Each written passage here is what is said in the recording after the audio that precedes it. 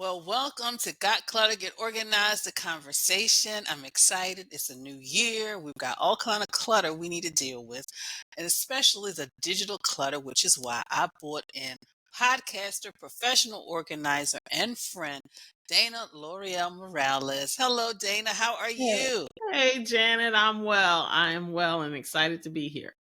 I'm excited too because, we've gotten all the wonderful electronic devices, and with that comes clutter. But before we get to that, I know you're a podcaster, you're a professional organizer, but also you started something called the Organized Academy. So can you share a little bit Mhm. about that? I can. So, Organized Academy is an organizing hub, and it's a learning hub, but it's all about organizing, and it's holistic. So, we're talking about physical organizing, we're talking about business organizing, side hustle, management, all of the personal development, project management. Anything organizing that you can think of or have a question about, that is what Organized Academy is about. And I really wanted to empower people to be able to organize, because a lot of people do not have parents or a model in their lives to help them or to help teach them how to organize. And so what I was finding is that people were coming to me asking me, how do I do this? How did you come up with that? They just didn't understand how to even get started with organization. And it's as small as, setting up your email domain, right? And not spending an arm and a leg to do that. That is something you can do. If you have a domain, you can do it for free, right? And a lot of people don't know that. And so I really was just tired of seeing people struggle unnecessarily. And I wanted to empower them to learn these things and put them into their environment for a nominal cost. So I was excited to offer that to my audience. That is wonderful. And of course, we'll have a link to the show, to the Organized Academy on the show page notes. So, the question to you, the first question is really, what is digital clutter? Because we hear that all over. I've got digital clutter. I need to manage it. I need to hmm organize it. So, what is digital clutter? Digital clutter is really the evolution of paper. We used to always say, I got too many papers, and that was really the focus for many, many years because that's all we had. Well, that paper has not now all gone electronic. It's all still exists, but in our computers, in our electronic devices. And so that has just shifted to where you no longer have to worry about the physical paper. A lot of people don't really have that as a problem anymore. But now that has created this havoc in the electronic world. And it's worse because it can duplicate itself, it can replicate itself in a way that you don't even know it's doing it. And so it's important for us to get a handle on it, for us to get systems and processes in place to maintenance those areas where this clutter is, so that it doesn't get out of control, that we are protecting our security as we, go through life, because it's not going away. So we've got to figure out how to handle it and develop those systems around it. So, with that in mind, people over the holidays, they might have gotten a new smartphone, a new tablet, a new laptop, or some type of device. So, what are hmm some strategies as we are in this new year, how we can actually manage the clutter, the digital devices, and not hmm really end up with a lot of clutter? Yeah.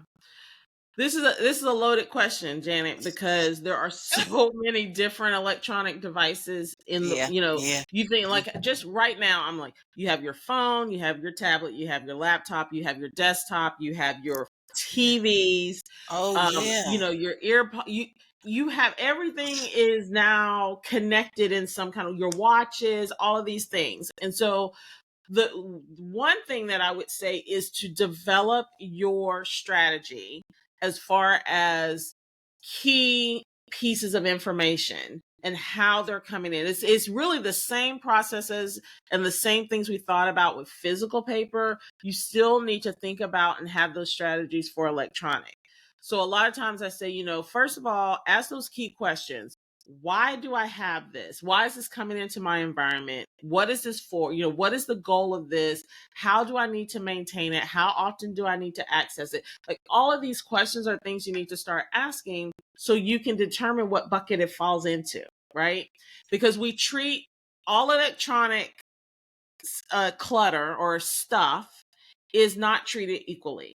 You're going to have things that are important: the vital records, the receipts, the school paper. Like, that stuff is stuff that maybe you need to keep for an extended period of time.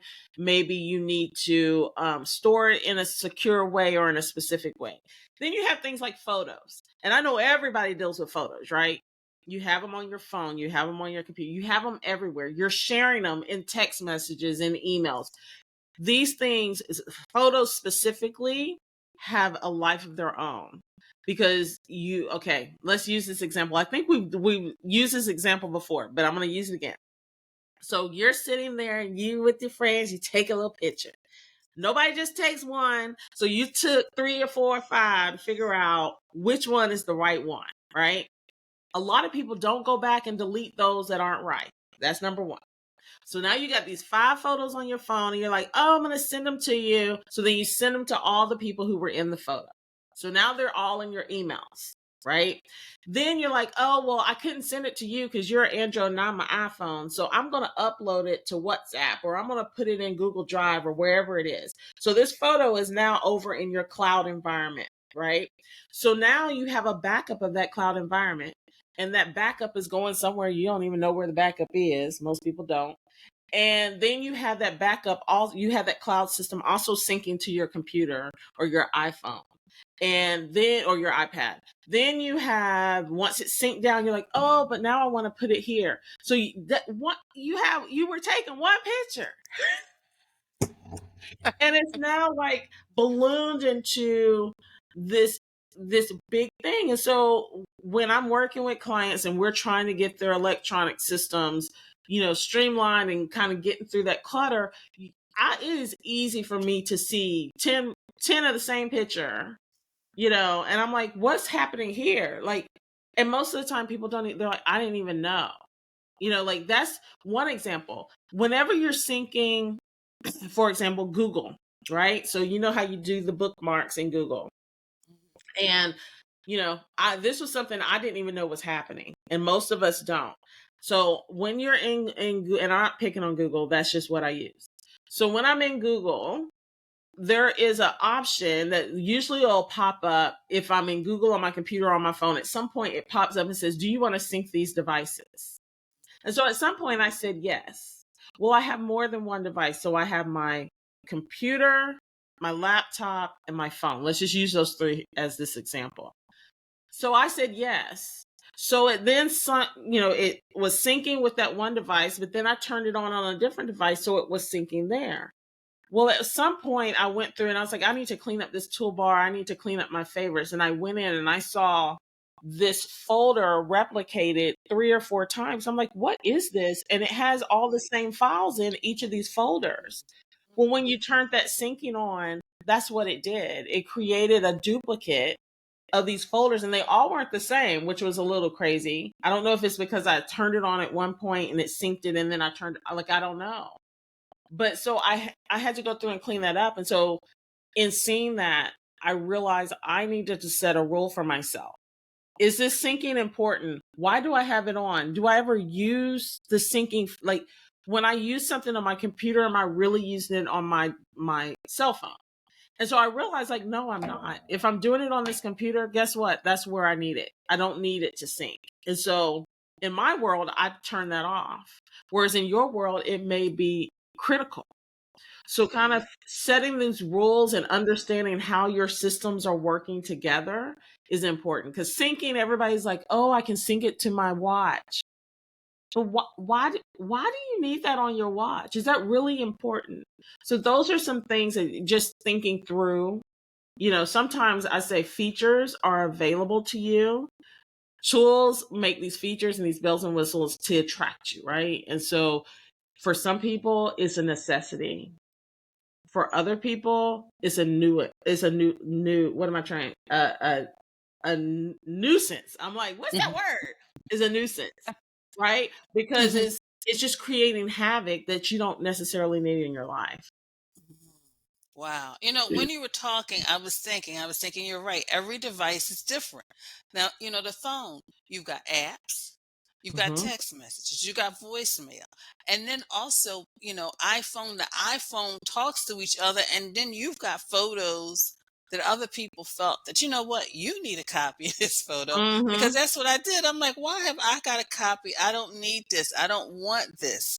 Right. Um, and then, of course, the text messages, because I recently went through the text messages because, yes, some text messages I do have, but then there's others.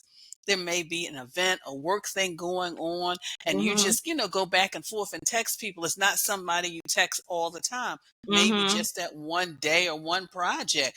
And I was like, why am I holding on to this? So you're right. All Yep. these different devices. And yeah, the And syncing. Oh my goodness. The yeah. syncing is like a wake up call. It's like, oh my. And think about that text message because I had this happen recently. I knew somebody had sent me something, and I was like, "Oh, it's on my phone." I'm looking at my contacts. I'm looking at all the places where it should be, right? And then I realized, no, they sent that to me in a text. And so then I had to go through and search the text to try to find this blurb of information. It was a phone number or address. It was something important. And I had never pulled it out. And so these are little things. It's like, oh, I'll just search it. I'm like, but why are you searching it in text messages when you should have just pulled that out and saved it appropriately?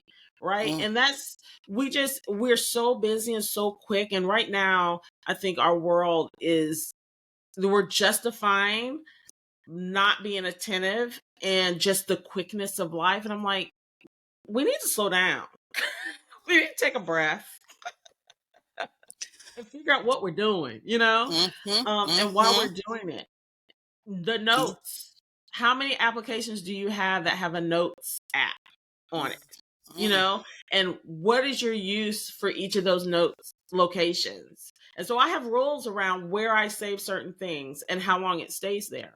Because I know if I don't, I'm going to have stuff all over the place and I'm not going to have any clue of where to go to get it. mhm, So that's really the conundrum that we're in when facing digital and clutter because can so quickly get out of hand. mhm. If you don't take the time to put these systems and processes in place.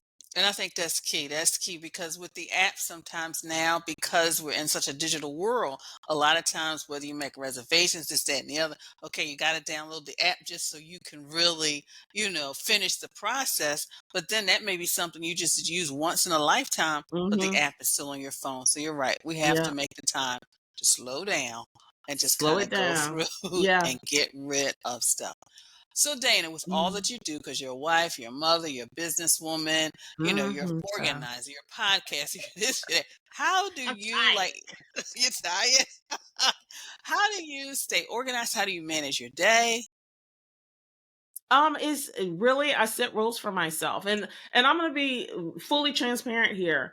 Although I know the rules, although I know how to set up the processes, I am not 100% like I have moments of clutter. I have a lot of moments of clutter. Like having the moments and knowing how to resolve them versus having the moments and having no clue where to start. Those are two different places. And we all have journeys within our lives. So I never want someone to think that I can get organized and I'll stay organized. Mm-mm, Not necessarily. Like you get organized, you get unorganized, then you reorganize. Like it is a process and it is a never ending cycle. The cycle just shifts a little bit. Whereas now you get unorganized and I know how to get back where I need to be. So I'm maintaining versus just being in chaos all the time. So I want to say that first. But just setting rules and understanding where my maintenance points are, when I need to maintenance, understanding the triggers that I have. So like right now I know my folders, like where I download files, my system, which it is a great system, but it's been so crazy lately that I was not using my system properly. I didn't have my drive, I didn't have certain things that I needed, and so I just started putting stuff in a little bit of everywhere. And it's maintenance season. I'm like, I gotta fix this because if I continue to allow it to stay out of hand, it's gonna replicate very quickly. and it's going to be chaos. So I've got to stop, take that pause, fix it, and then continue on. So it's defining the process first, Mhm. understanding what that process is, defining that maintenance schedule, and then just making the time to do it.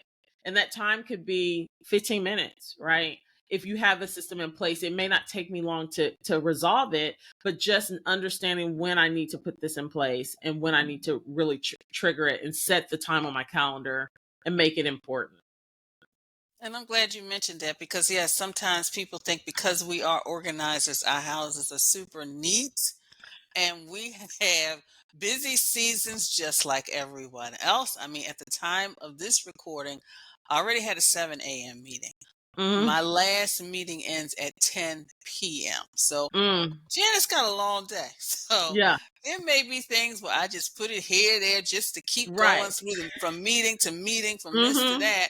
And then, like you said, it's that maintenance, and that is definitely key. Yeah. Well, of course, Dana, it's always a pleasure talking to you. So please let those watching as well as listening know how they can get in contact with you and also information about your Organized Academy. Well, you can reach me on LinkedIn, Facebook, and Instagram. I am Dana LaRieal Morales on all three platforms. And you can reach my website at dlmorales.com. And if you go to the website and go to the events and resources tab on the menu, you'll see our Organized Academy link. And if you click on that, it will provide you with all of my free resources. And then at the very bottom, you'll see a link to become a member. Now, membership registration is free, right? So what that will give you is access to the catalog of Organized Academy and show you all of the paid resources and the different options that you have there. And then if you so choose to get one of those courses, then you just go through the registration of that course. But I always like to tell people, make sure you just register. It's free. And that way you can get access to the catalog of all of what is in Organized Academy right now. But that's how you get me. And as I mentioned earlier, I will have a link to all of her, social media platforms, but also her website and the Organized Academy on the show Yeah. page description. Well, again, Dana, thank you so much for your time. It is Thank you, always fun Janet. and a pleasure to chat with you. As always.